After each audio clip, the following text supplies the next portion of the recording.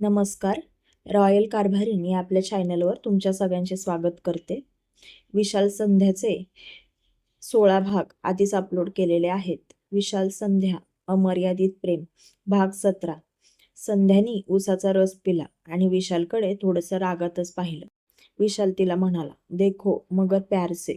संध्या म्हणाली, चला आता घरी. विशाल संध्याला म्हणाला, संध्या अगं मामांनी आपल्याला घरी बोलवले, दोघांना पण जेवायला. संध्या म्हणाली, कधी बोलवलं आहे? विशाल म्हणाला, बघू जाऊया पुढच्या रविवारी, आता मला वेळ नाही जायला, आई मला सांगत होती. संध्या म्हणाली, बरं जाऊ की मग, एवढं बोलवलं आहे तर. विशाल आणि संध्या दोघे पण घरी आले. वहिनी संध्याला बघून तर खूप खुश झाल्या. आप्पा म्हणाले, आलात का दोघे पण? विशाल म्हणाला, हो आलो, थोडंसं फ्रेश होतो जरा. आणि विशाल आतमध्ये निघून गेला. संध्या पण बेडरूम मध्ये आली, हातपाय धुतले. संध्याच्या आईने शेतातल्या पालेभाज्या दिल्या होत्या, त्या भाज्या घेऊन बाहेर आली. विशाल संध्याला म्हणाला, संध्या अगं माझा युनिफॉर्म आईने धुतलाय वाटतं काल, बघ बरं वाळला का? वाळला असेल तर घेऊन ये, इस्त्री करून ठेवतो. संध्या त्याला म्हणाली, मी हात लावलेला चालेल का तुम्हाला तुमच्या युनिफॉर्मला? विशालने त्याच्या खांद्यावरचा टॉवेल पटकन तिच्या कमरेच्या मागून घेतला आणि तिला त्याच्या जवळ ओढलं. संध्या त्याला म्हणाली, अहो दार उघडा आहे, बघेल ना कोणीतरी. विशाल म्हणाला, सगळं कसं लक्षात ठेवतेस ग तू? संध्या म्हणाली, मग माणूस रागात बोललेलं जास्त लक्षात राहतं. आणि तेव्हा तुम्हाला माझा राग आला होता ना, म्हणून तुम्ही मला असं म्हटलात ना, असं संध्या त्याच्याकडे गाल फुगवून म्हणत होती. विशाल म्हणाला, ए बायको, नको ना ग चिडूस. संध्या जा पटकन तो शर्ट घेऊन ये आणि इस्त्री करून ठेव. संध्या म्हणाली, बरं करते, आधी चहा ठेवते, किचन मध्ये बघते वहिनी काय करतायत, त्यांना मदत करावी लागेल, आणि मग तुमच्या शर्टाला इस्त्री मारून देते. संध्याने त्याचा युनिफॉर्म बाहेरून आत बेडरूम मध्ये घेऊन आली आणि लगेच किचन मध्ये गेली वहिनींना मदत करायला. विशालची आई संध्याने आणलेल्या भाज्या निवडायला बसली होती. वहिनी चहा ठेवत होत्या. संध्या वहिनींना म्हणाली, वहिनी ठेवला पण होय चहा? वहिनी म्हणाल्या, हो अगं ठेवलाय सगळ्यांसाठी. संध्या वहिनींना म्हणाली, वहिनी ठेवला असता की मी. वहिनी संध्याला म्हणाल्या, अगं संध्या तू बस ग, आत्ताच तर आली आहेस. संध्या म्हणाली, हो मग काय झालं? सगळ्यांना चहा दिला. विशाल बाहेर आला नव्हता. संध्या वहिनींना म्हणाली, वहिनी यांना चहा देऊन येते. संध्या हात कप घेऊन आली तर हे महाशय त्यांच्या युनिफॉर्मला इस्त्री करत बसले होते. संध्या त्याला म्हणाली, अहो करणार होते ना मी इस्त्री, चहा घ्या आधी. विशाल म्हणाला, संध्या आणलास ना चहा, तो तूच घे, मला नको. आता परत आता परत चहा नको मला, घेतलाय मी मगाशी. विशालची इस्त्री करून पण झाली आणि तो संध्याला म्हणाला, संध्या इस्त्री बघ कशी कडक झाली आहे ना, माझ्यासारखी. संध्या म्हणाली, तर तर तुम्ही कडक आहात का? विशाल तिला म्हणाला, मी कडक नाही का? संध्या तुला फक्त नाण्याची एकच बाजू माहीत आहे, दुसरी बाजू अजून तुला माहीत नाही. संध्या त्याला समजावत म्हणाली, तुम्हाला एवढा राग कशाला पाहिजे? राग काय येतो? आपल्या मनासारख्या गोष्टी होत नाहीत म्हणूनच आपल्याला राग येतो. पण आपण आपल्याला मनस्ताप करूनच घ्यायचा नाही, यामध्ये आपलंच नुकसान असतं, माहिती आहे का तुम्हाला? आपल्याला न पटणाऱ्या गोष्टी आपण सोडून द्यायच्या. आता तुम्ही बघा, मला त्या दिवशी रागारागात म्हटलात, संध्या माझ्या युनिफॉर्मला इस्त्री करू नकोस. त्याला कोणी हात लावलेला सुद्धा मला चालत नाही. पण आज तुम्ही मला कसे म्हणालात की इस्त्री कर म्हणून? तुम्ही तुमच्या मतावर ठाम का नाही राहिलात? विशाल तिला म्हणाला. संध्या, तू आणि मी आपण दोघे काही वेगळे आहोत का? मी केली काय आणि तू केली काय एकच. मी माझे मी माझ्या युनिफॉर्मला काय तुझ्या साड्यांना पण इस्त्री करून दे. विशाल तिला लाडी गोडी लावत होता आणि विषय बदलत होता. संध्या, कुठल्या शाळेत शिकली होतीस ग एवढं बोलायला? संध्या म्हणाली. शाळेत ना नाही येत अनुभव. शाळेत असलं काही शिकवत नाहीत.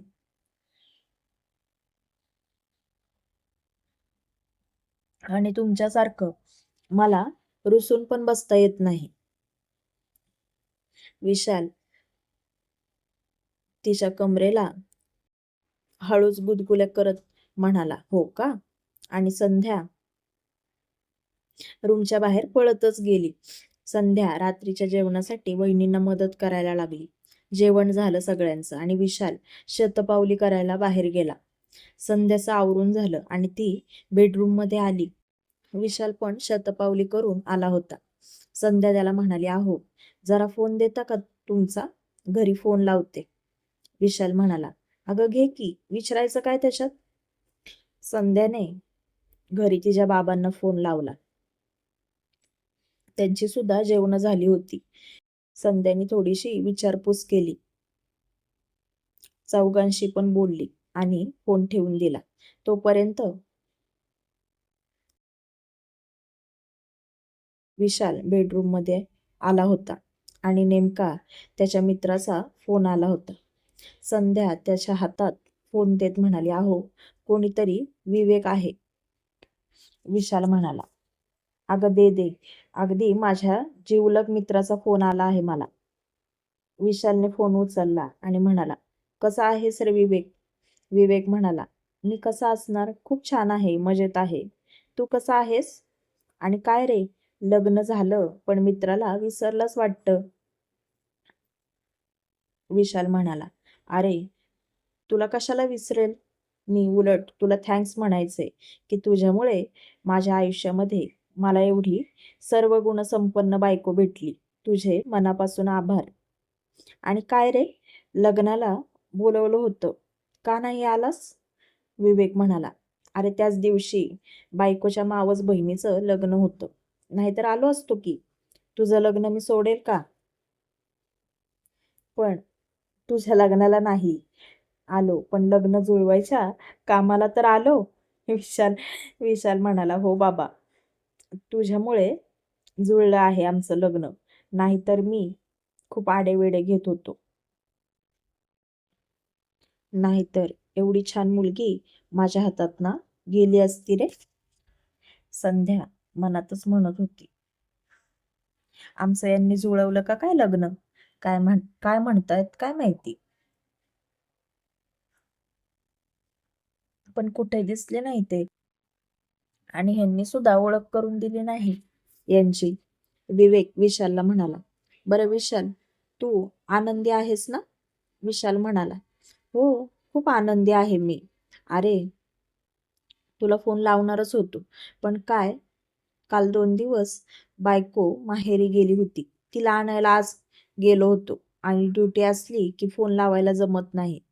पण मित्रा, तुझे खूप खूप धन्यवाद. आणि एकदा वहिनींना घेऊन ये की घरी. विवेक म्हणाला. येईल की. अरे, माझ्या बायकोला 5वा महिना चालू आहे. विशाल म्हणाला. काय? अरे, कॉंग्रॅच्युलेशन्स. विवेक म्हणाला. खूप खूप धन्यवाद आपले. विशाल म्हणाला. आता माझ्या मित्राची जबाबदारी वाढणार बाबा. विवेक म्हणाला. मग काय वाढणार तर. मग तुम्ही कधी चान्स घेताय का तुमचं ठरलेलं आहे लवकर होऊन द्यायचं नाही म्हणून? विशालने संध्याला इशारा केला. दार लावून घे आणि माझ्याजवळ येऊन बस.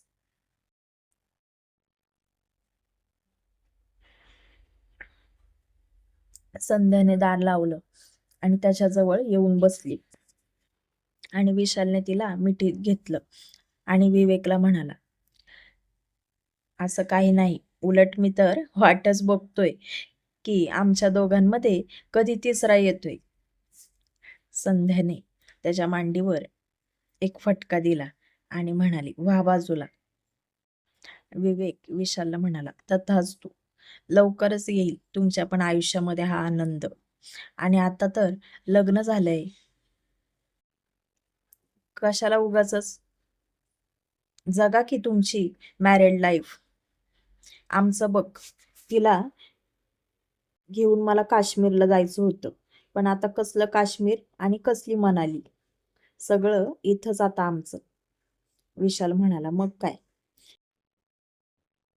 विवेक विशालला म्हणाला, मग विशाल तुम्ही कुठे गेला होतात फिरायला आत्ता.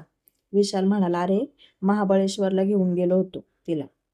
विवेक म्हणाला, अरे वा, मग चांगले 7-8 दिवस राहिला असाल ना तिथे. विशाल म्हणाला, बापरे एवढे. नाही बाबा, मी 2च दिवस थांबलो महाबळेश्वरला. आणि संध्याने त्याच्याकडे बघून तोंड मुरडलं. विवेक म्हणाला, अरे तुला काय म्हणायचं रे विशाल, राहायचं की अजून 3-4 दिवस वहिनींना घेऊन. थोडेसे पॉइंट दाखवायचे तिथले, फिरायचं. विशाल म्हणाला, मी तिला परत कधीतरी घेऊन जाईल. आता सुट्टी नव्हती घेतली रे एक्स्ट्राची. जेवढी सुट्टी होती त्या सुट्ट्यांमध्ये जाऊन आलो. नंतर जाईल तिला घेऊन. संध्याला आता खूप झोप आली होती आणि संध्या झोपणार इतक्यात विशालने तिचा हात पटकन धरला आणि तिला म्हणाला, झोपायचं नाही, थांब जरा. विशाल विवेकला म्हणाला, बरं ठेवू का मग आता फोन. विवेक म्हणाला, हो ठेव, मी पण झोपतो, चल गुड नाईट. विशाल पण म्हणाला, हो गुड नाईट. आणि त्यांनी फोन ठेवला. संध्या विशालच्या मिठीत जाताच त्याला म्हणाली, काय हो, तुमचा हा कुठला मित्र होता ज्याच्यामुळे आपलं लग्न ठरलं असं तुम्ही त्याला म्हणत होतात आणि त्याचे मनापासून आभार मानत होतात एवढे. विशालने संध्याचे केस सोडले आणि संध्याने त्याला मिठी मारली. तिने तिचं डोकं त्याच्या छातीवर ठेवलं. संध्या, तुला जेव्हा मी बघून आलो ना, तेव्हा मला ना तू अजिबात आवडली नव्हतीस. संध्याने त्याच्याकडे रागात पाहिलं आणि त्याच्या छातीवर एक बुक्की घातली आणि त्याला म्हणाली, गप्प बसा, कशाला केलं मग लग्न माझ्यासोबत. विशाल तिला म्हणाला, अगं पुढचं ऐक तर. संध्या त्याला म्हणाली, काही नाही ऐकायचं मला. विशाल तिला म्हणाला, अगं माझी राणी, ऐक ना ग, तेव्हा मला तू काळी वाटली होतीस. झालं. संध्याला अजूनच राग आला आणि ती त्याच्यापासून लांब झाली आणि गुडघ्यात मान घातली तिने. तिला खूप वाईट वाटलं आणि डोळ्यात पाणी जमा झालं तिच्या. विशाल पण लगेच उठला आणि तिला म्हणाला, ए संध्या, अगं ऐक तर माझं. संध्या विशालला म्हणाली, दूर व्हा माझ्यापासून, अजिबात मला हात लावू नका तुम्ही. मी काळी आहे ना. विशाल तिला त्याच्याजवळ ओढत म्हणाला. त्या दिवशी आप्पा म्हणाले की, विशाल तुला उद्यापर्यंत मला निर्णय द्यायचा आहे. माझे खूप नखरे होते ग संध्या. मला मुलगी एकदम मॉडर्न हायफाय हवी होती, अगदी दिसायला सुंदर अप्सरेसारखी हवी होती. पण हे फक्त मी बाहेरचं सौंदर्य पाहत होतो. माझ्या डोळ्यावरती पट्टी बांधली होती मी. पण मी विवेकला फोन केला आणि त्याला सगळं सांगितलं. विवेक मला म्हणाला, बाहेरच्या सौंदर्यामध्ये अडकून राहू नकोस, तुला आयुष्यभर साथ देणारी जीवनसाथी शोध.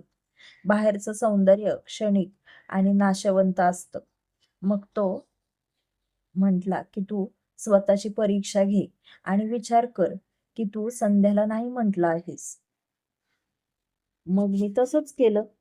स्वतःच्या हृदयावर हात ठेवला आणि मी माझ्या मनाला म्हटलं की मी संध्याला नकार दिला आहे. दुसऱ्या क्षणाला माझी राणी माझ्या स्वप्नात आली आणि तिने तिच्या या नाजूक बोटांनी माझ्या चेहऱ्यावर एखादं मोरपीस फिरावं अशी तिची बोट फिरवली. विशालने संध्याचा हात त्याच्या हातामध्ये घेतला आणि तिच्या नाजूक बोटांवर त्याने किस केला आणि मग मी माझा निर्णय आप्पांना सांगितला की मला मुलगी पसंत आहे. संध्या, मी तुझ्याशिवाय नाही जगू शकत. हे जेव्हा मला कळून चुकलं, मग आपलं लग्न झालं आणि हा विशाल फक्त आणि फक्त तुझा झाला आणि संध्या माझी झाली. आणि ह्या विशालला, या संध्याला कधीच गमवायचं नाही. अगदी माझ्या जीवात जीव आहे तोपर्यंत, श्वासात श्वास आहे तोपर्यंत, माझ्या शेवटच्या क्षणापर्यंत तुला मी कधीच गमावणार नाही संध्या. संध्याच्या डोळ्यामध्ये अश्रू जमा झाले आणि विशालला पण थोडंसं भरून आलं होतं. विशालने तिच्या कपाळावरती किस केला आणि तिच्याकडे पाठ करून झोपला. संध्या 2 मिनिटं त्याच्याकडे अशीच बघत राहिली आणि देवाचे आभार मानले की मला तू इतका चांगला जोडीदार दिला आहेस. मनातच म्हणाली, अहो, तुमच्याशिवाय ही संध्या सुद्धा अपूर्ण आहे. तुम्ही नाही तर तिला सुद्धा काहीच किंमत नाही. आय लव्ह यू विशाल, असं म्हणाली आणि त्याला मागूनच मिठी मारली तिने, अगदी घट्ट. विशाल थोडासा इमोशनल झाला होता. तिच्यासमोर त्याला रडायचं नव्हतं म्हणून तो तिच्याकडे पाठ करून झोपला. संध्या त्याला म्हणाली, अहो, जाऊ द्या तो विषय. मी तुमच्या कायम सोबत आहे आणि तुम्ही माझ्या आयुष्यात आहात. हे आपल्यासाठी खूप मोठी गोष्ट आहे. मग ते आपण कुठल्याही कारणाने का भेटलेले असो, आपण दोघे भेटलो आणि एकमेकांच्या आयुष्यात आलो, हे महत्वाचं नाही का? आणि मी माफ केलंय तुम्हाला. बघा ना माझ्याकडे. संध्या विशालला मनवायला लागली, पण विशाल संध्याचा हात बाजूला करत तिला म्हणाला, संध्या, झोप आता. मला झोप आली आहे. आता मला कसली इच्छा नाही. शांत झोप आणि मला पण झोपू दे. चॅनलला अजून सबस्क्राईब केलं नसेल तर चॅनलला सबस्क्राईब करा.